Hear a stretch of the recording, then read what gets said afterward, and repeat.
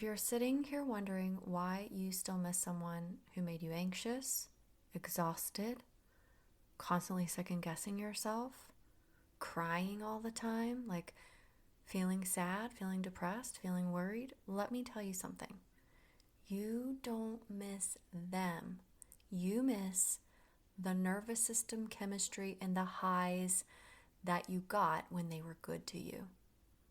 So, I want you to hear this loud and clear. This isn't about heartbreak for you. This is withdrawal symptoms that you're feeling.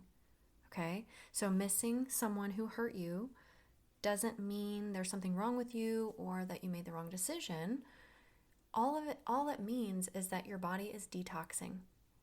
So today we're going to be talking about detoxing from the highs and lows that you got addicted to in a toxic relationship, especially if you're someone who is kind of early in the stage of healing, or maybe you're even further and you're still feeling pulled back. Thank you for tuning in. Welcome to the Be a Better You podcast. I am your host and subconscious reprogramming expert, Allison K. Dagny. For those of you who are just tuning in, I am a survivor of 20 years of emotional abuse, and I am a 2-time best-selling author, and I run a community program for survivors of abuse, as well as one-on-one coaching programs, and I have a lot of other things on my website for support. My goal was never to become a coach. My original reason for doing the work that I do was to tell my story. And so I wrote my first memoir a few years ago called When Tears Leave Scars. There's actually a chapter, like the first chapter of this, that you can go listen to if you want. If you scroll all the way back to episode 17, you can listen to that. Or you can find my book on Amazon as well. It is an Audible or ebook or paperback. But my goal was not to do what I'm doing now. It just was that the universe led me here, that my story brought me here. And I remember also being someone who was stuck in this loop of highs and lows. And I was stuck in it within my marriage to my abuser. And so 20 years of that, right, was really, really hard to deal with. So I want to help you with that today. So thank you for tuning in.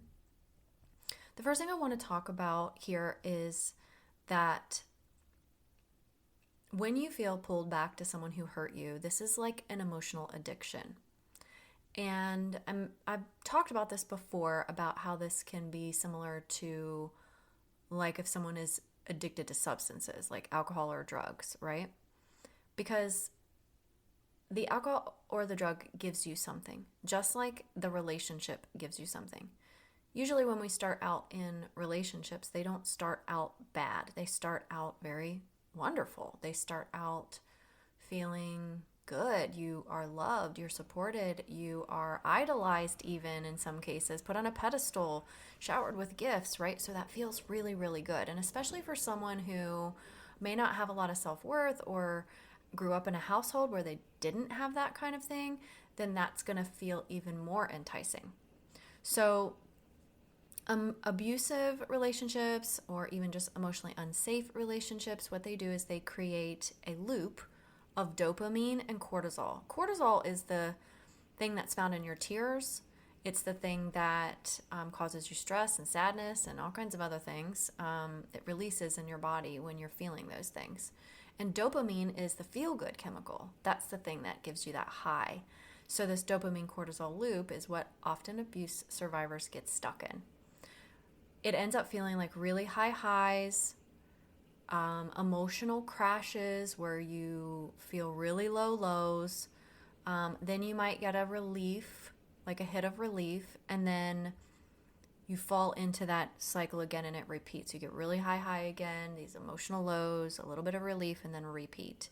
So you may have been familiar with the abuse cycle, which is the idealized, value, discard. And that's similar to, like a similar description, it kind of mirrors this. So your nervous system is really learning in these situations to associate chaos with connection, or like to expect the connection after the chaos. So like things go, really, really bad, and then you come back together and you feel good again, right? And this is probably something that most of you have experienced at some point in your life. So here's an example. Like maybe your ex was really, really nice to you or really, really sweet for a few days, right?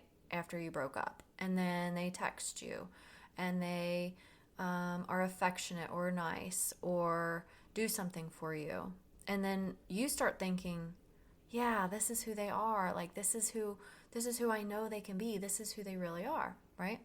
But then something little or something big, doesn't really matter, but something sets them off, right? Like the dishwasher being loaded wrong, or something not being put where it's supposed to be, or because you said something a certain way, or you did something they didn't like, right? So suddenly you're confused and you're apologizing, you're walking eggshells, you're trying to fix the problem, right?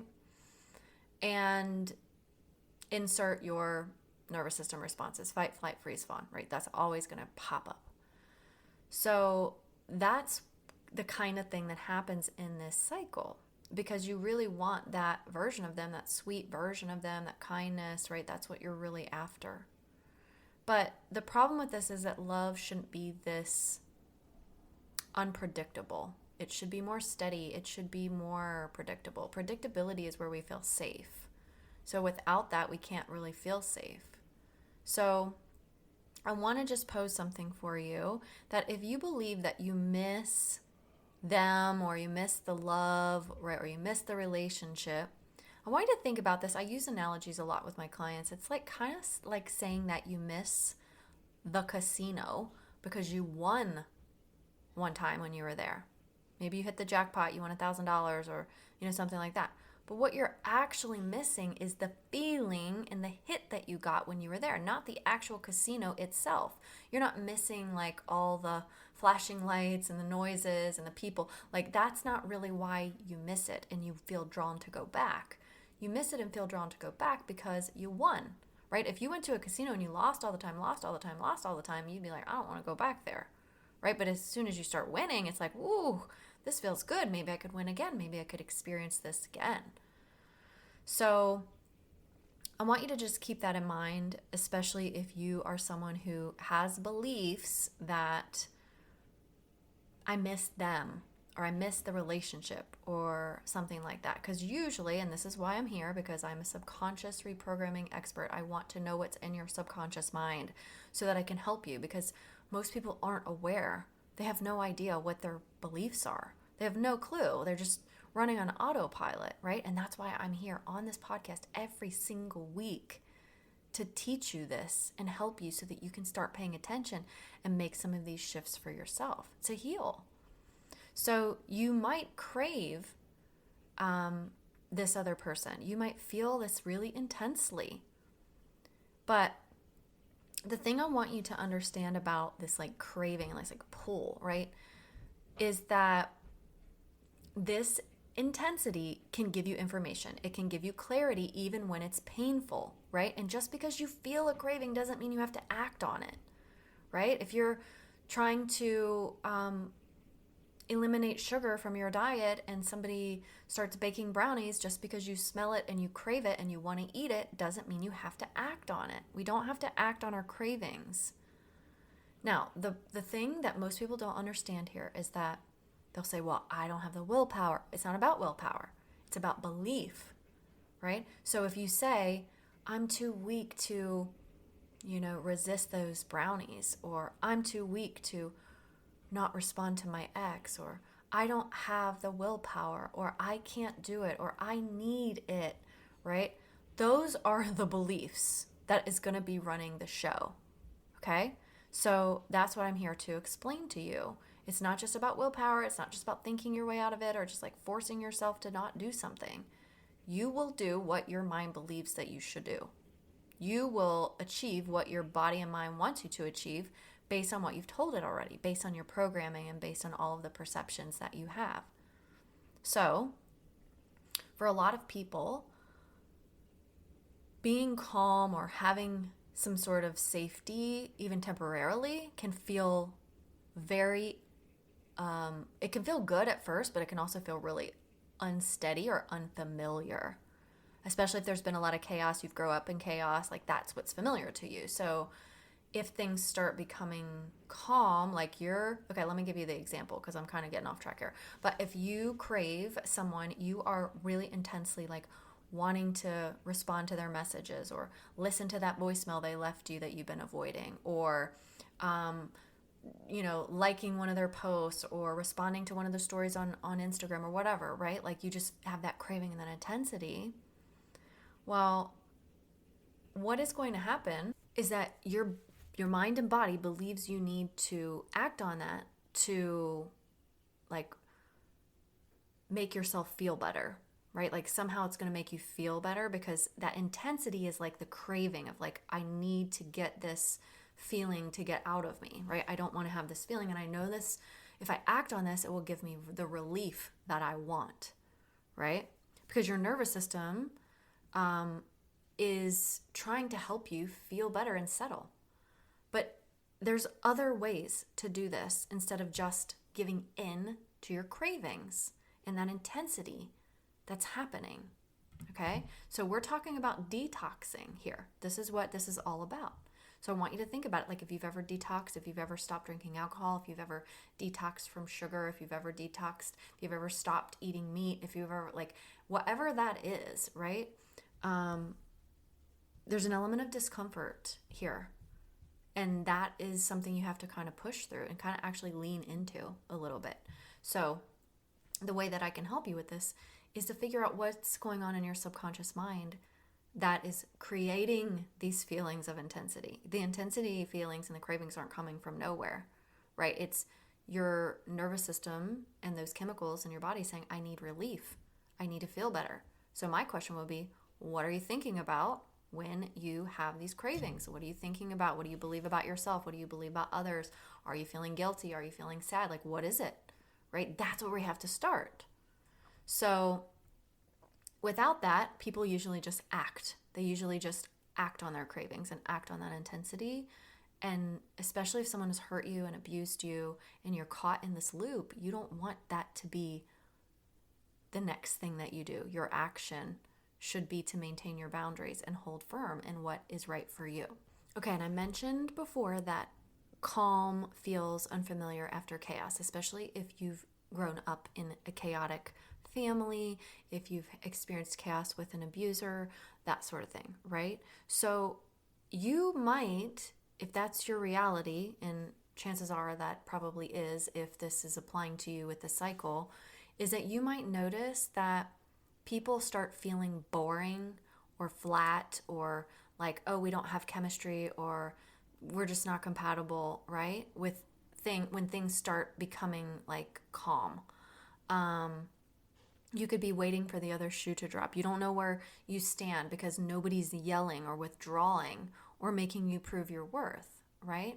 So what then happens often is we seek out something that's going to bring us back into the familiar, which is chaos. We might lean into somebody who is familiar again, even though they might be bad for us, right? We might go back to that ex who hurt us because it's familiar. And this is a problem because that's not really what's best for you. What's best for you is to figure out what you believe in your subconscious mind that you need or that you're capable of, or the reality of your situation, right? Like, what is it that you believe? Because that's what's really driving you back, right? I can't be uncomfortable could be a subconscious belief. I have to go with someone who I know. I have a client who is in a relationship with someone who is not really good for her, and yet she has subconscious beliefs that this person is her person, or that they're meant to be, or this or that or the other, because they have a long history together. And the thing is that for her, it's familiarity, because going out and finding someone new is scary. Dating somebody else is unfamiliar. What she doesn't know about new people, right, is bringing fear to her, because she knows about this person that she's with. She knows a lot of the history. She knows his family. She knows a lot of these things. That's the stability. That's the familiarity. Okay? So if you're someone who believes that, like, and you might have this belief that chemistry means intensity, or chemistry means we're meant to be, or chemistry means we are truly in love, or chemistry means that we are destined to be together, right? What this is like saying that if a fire alarm is going off in a house, right? The fire alarm, it's going off. That the house is just, oh, the house is heating up, the house is warm, right? No, it means something is wrong, right?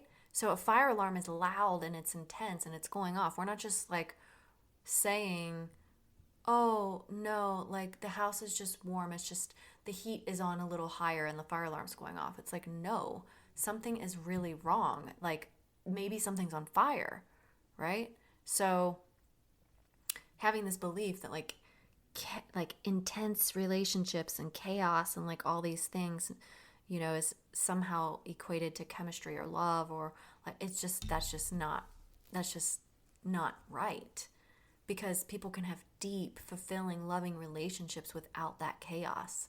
It's just that if you've experienced chaos for a really long time, you might not see that as a possibility or as a reality or something that you could have. But it is available to you. It's just that your body doesn't really see it and feel it because that's not familiar. Okay, I want to talk about this shift here because, you know, we're in this like detox phase. Like, again, thinking about it like detoxing from something that you have an addiction to, okay? At some point, things start becoming boring or start to feel wrong, but they're not, okay? It's different. So when you are detoxing from a person who has hurt you, emotional sobriety feels really boring. It feels really dull, probably even before it ever starts to feel safe. And so what I have found is that there's a grieving process for the chaos, because something that you've known for a really long time is now disappearing.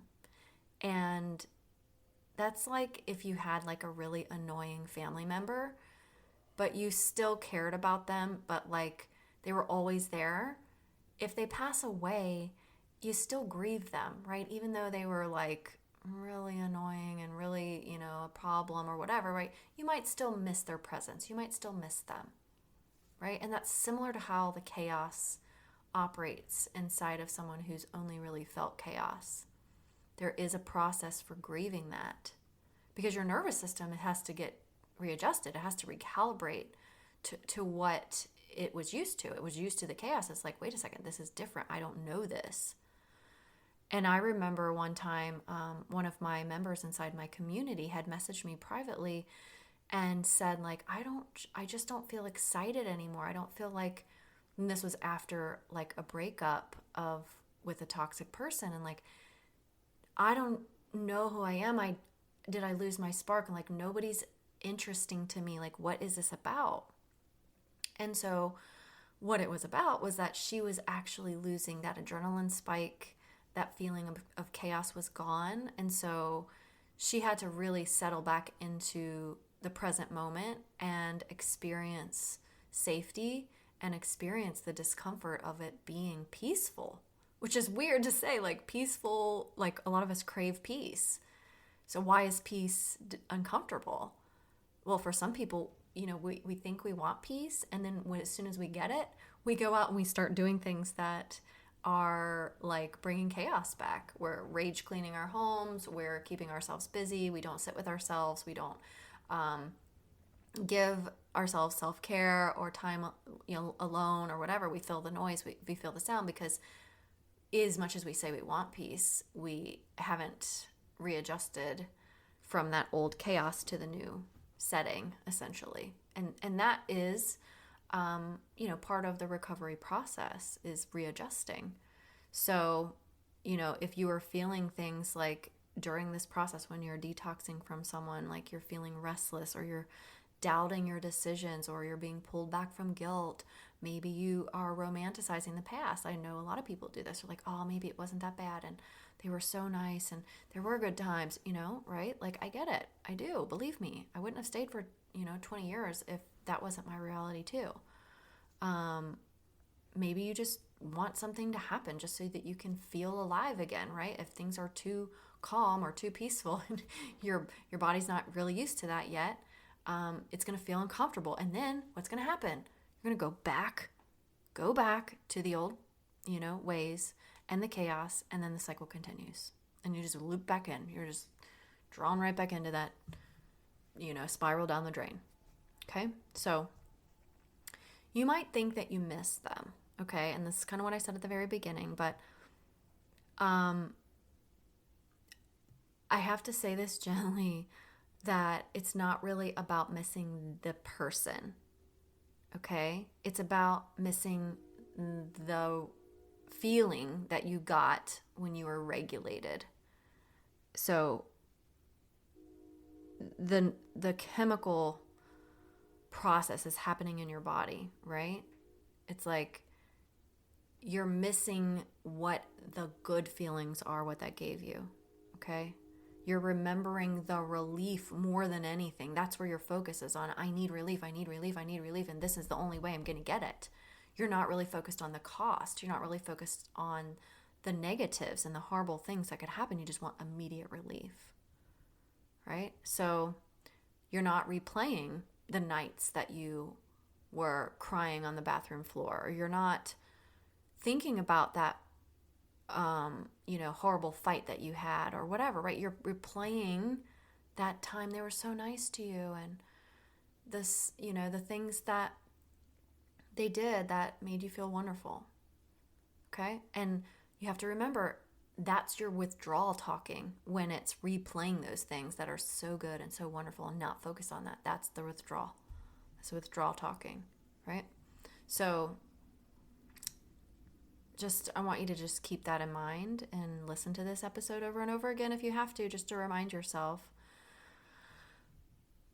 Now, I want to shift over to what this actually looks like, what emotional sobriety actually looks like. This is choosing to be regulated even in the face of discomfort. The intensity and the craving is the stimulation, okay?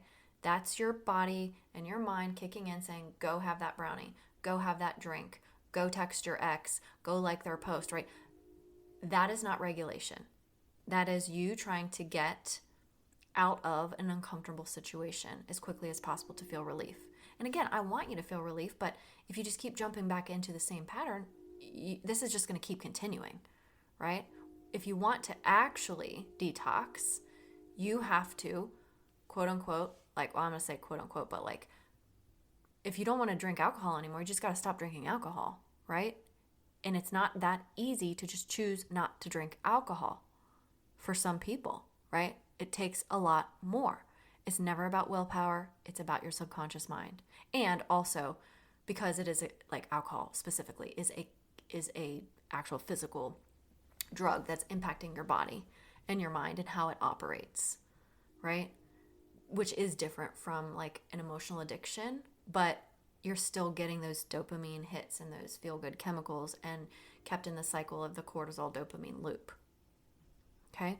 So what you really need to do to have this stick is to, one, learn to feel steady and safe without the drama, in the smooth sailing, in the calm, in the peacefulness, in the times that you're alone. Okay? And in those times, if you're resisting and you are like, oh, I got to find something to do. Oh, I can't just sit here with myself. That's because you're not used to that. And you need to ask yourself, what is it that I'm thinking about? I can't be alone. I need somebody to talk to. I can't sit here for an hour by myself. I got to do something, right? Like, these are the things that are running the show, which you have probably no awareness of unless you're really have been doing this work for a while. Paying attention to your thoughts. Metacognition is thinking about your thinking. Okay. Another part of this is letting your body reset to a baseline, because peace is the baseline. When you were born, you were at peace, right? Over time, all these things happened to you and inserted chaos, inserted trauma, inserted all these things. And then your nervous system and your body had to adjust to that to keep you alive and to keep you safe. But the baseline isn't that. So this is a process to kind of retrain your brain and your nervous system so that you can feel safe in the peace, because most people resist it. And that's part of why they go back, because it's not familiar.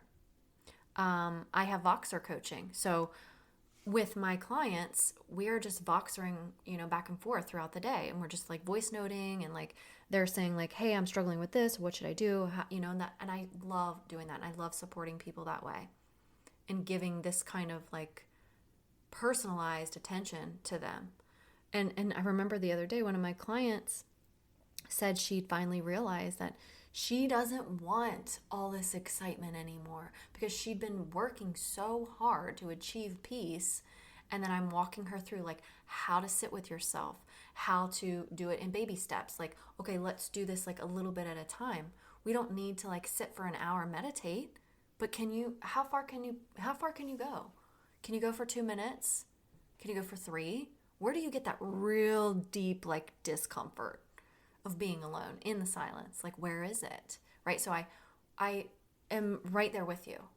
I'm helping you push through the discomfort in a gentle way so that you don't resist, so that you can get to that next level. Because then what happens is she's like, oh my gosh, like it feels so good to have this. Like, I know what this is like, because I used to be always needing to do something, and I do have a lot of energy and I have a lot of motivation, like just innately in me.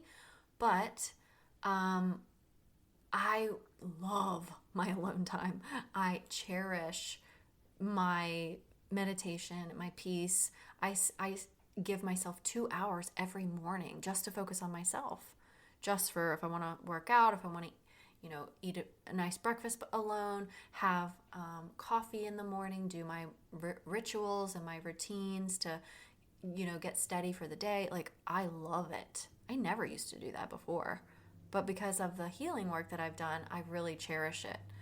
And if you don't cherish it yet, when you start to process these things, you will learn to. And this is just something that, when you start working through your nervous system cravings and helping your body regulate all the stuff, that can be possible for you too. Because a lot of times people just think that calm means boring. But does it? Calm doesn't have to mean boring. That peace means that maybe you're settling or you're giving in. Like, no. Peace can be so much more than that. And it's very beautiful. And then sometimes people even think, like I said before, like stability or calmness is like a lack of passion, or like we must not really be meant for each other because everything's so stable. But we have to reframe the thinking about that, because that's just not true for everyone all the time. Okay, let's talk about some belief shifts, because this is really where the deeper work happens, is shifting your beliefs. First of all, you have to know what they are, okay? If you don't know what your specific beliefs are, you can get on a free 30-minute root cause call with me, and we can talk about it, and I can help you see where your beliefs are, like what they are. You'll just be talking, I'll be asking you questions, and then I'll be like, oh, here's a belief. I'll tell you what they are. Obviously, I can't know everything that's in your subconscious in 30 minutes. That's why I have a 16-week program, because we figure out what those beliefs are during that time. But like in 30 minutes, I can give you probably, 5, 10, 15 beliefs that I'm hearing from our conversation. And then you can walk away with that and be like, wow, like I do think about this all the time. This is something that I believe. What else is possible? How can I shift this so I can feel better? Because that's the reality, is when you shift it, you start to feel better and you start to behave differently too. So things that you can tell yourself and remind yourself, and if you want to write this down, you can write it down or just come back to it. But discomfort is evidence of detox. Maybe you could tell yourself that. Discomfort is evidence of detox. Think about sitting on the couch, somebody's making brownies. And I say this because I have a pan of brownies in the oven right now and it smells amazing. But I'm not going to eat it because I haven't even had lunch yet. But discomfort is evidence of detox, not a sign I should go back, not a sign I should give in, not a sign I should respond, not a sign I should interact, engage, anything, right? Discomfort is evidence of detox. It's evidence that you are moving something inside of you. It's giving you information, it's giving you clarity, right? But if you just automatically act and jump up and go grab that brownie, go respond to that text, whatever it is, right? You're not giving yourself an opportunity to learn, because in that space is where you're going to learn. You can also tell yourself, my body is learning a new normal when you feel that discomfort. My body is learning a new normal, right? And just remind yourself of that. Because I don't know what your specific beliefs are, but I'm helping you shift into a different belief, right? Even though I don't know what yours are, because these are more settling, okay? If you believe, let's say that you believe that you're missing out, or you're missing love, or you're not going to have your happy ever after, right? Like, maybe you could reframe that and say, what? Maybe I'm just missing the intensity, or maybe I just am trying to get relief right now. Right? I'm missing something else. I might not be missing them. I might not be missing love. That's the shift there. And then peace feels unfamiliar because of the chaos that I'm used to, not because peace is wrong. Okay? Peace feels unfamiliar because of the chaos that I'm used to, not because peace is wrong. So remind yourself of that whenever you're sitting in things are quiet, or you feel that urge to like reach out to a friend to go do something. It's like, let yourself experience that. It's uncomfortable. There's a reason it's uncomfortable. You have to pay attention to it, not just immediately try to get relief in the moment. Okay, now, willpower is not going to cut it. Willpower is only running 5% of the show. Like, science has suggested that 95% is happening at a subconscious level. 5% is willpower. So, can people push through with willpower alone? Yes, some people can do that. I did that when I decided I didn't want to drink anymore 4 years ago. I literally just like, I'm not drinking anymore, and then I just stopped. So some people can do that. Yeah, that's true. But I also had a lot of programs that I had built, like, I can do anything I put my mind to, I'm strong, I'm capable, I don't need this. But like, I already had released a lot of old limiting programs that say I needed to drink alcohol that were related to it. So it supported me in my ability to make that change. So maybe some of it was willpower, but honestly, now that I'm thinking about it, it was probably programming that I had previously taught myself. But I want you to remember this, that you are not able to just like logic your way out of a nervous system addiction. Like, that's why people have to do a lot of work to heal their actual addictions. So you're not just going to think your way out of it. And healing these wounds and these attachments and these addictive cycles is really going to require getting to the root of it first.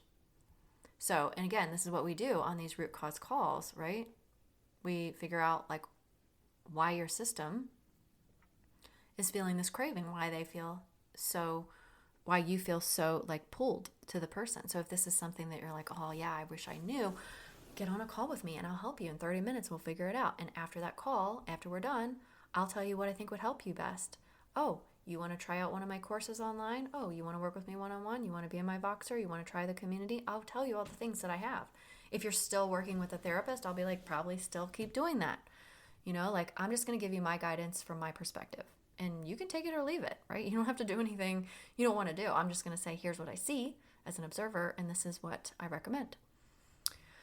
So if you are in this space, or you're worried that you might be pulled back in, or you're missing somebody who you know wasn't good for you, right?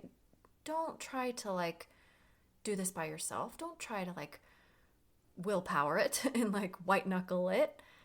Do the root cause call with me. Get on that call. I don't bite. Like, I'm a really nice person. I would love to talk to you. I'd love to meet you. I love to see my listeners face to face. and talk with them. And you know what? Those root calls, they actually benefit me too, because when I hear your stories, I can share those things with other people. I can listen to your beliefs and bring them to these podcast episodes as well. So yeah, like I am benefiting from these calls as well. So you come, you benefit, and I benefit too. Great. And identifying these subconscious patterns is going to be really important, because that's what's driving the craving. That's what's driving the intensity anyway, right? So I don't want you to relapse emotionally. I have a client that I work with one-on-one, and her ex lives in the apartment right above her. That makes it so difficult. She's leaving notes. She's leaving like gifts. She's leaving all these things for her that are causing her to feel like she's like being pulled back. But I keep reminding my client, I'm like, she's only doing this because she really wants that attention. She wants that engagement. She wants that interaction, right? And so my client, she's messaging me, and I'm helping her in the moment process these things, because I don't want you to do this by yourself, right? And then we shift the beliefs, and like if there's guilt coming up or like whatever that is, like I just want you to have support. That's it. Okay. So, and I don't want you to have to repeat these dynamics over and over again. So you get to utilize me, if I'm your coach, right, to help you through it. I want you to know that you don't have to do this with just like being so strong, or like I'm just gonna like drum up as much willpower as I can. Your nervous system needs to be regulated, first and foremost. Your body has to feel safe. Then you start releasing beliefs. Then you start figuring out what's holding you back and what's keeping you or driving you in the direction you don't want to really be in. And these are complex things, and it might be challenging to do it on your own. But that's why I'm here, because I'm an expert, and I do this on my own for myself, and I do it for my clients every single day. So I hope this episode has given you some clarity, has helped you understand like how this, like what's actually happening in your body from these highs and lows that you got addicted to, and like how to start the process to detox and what you can expect along the way.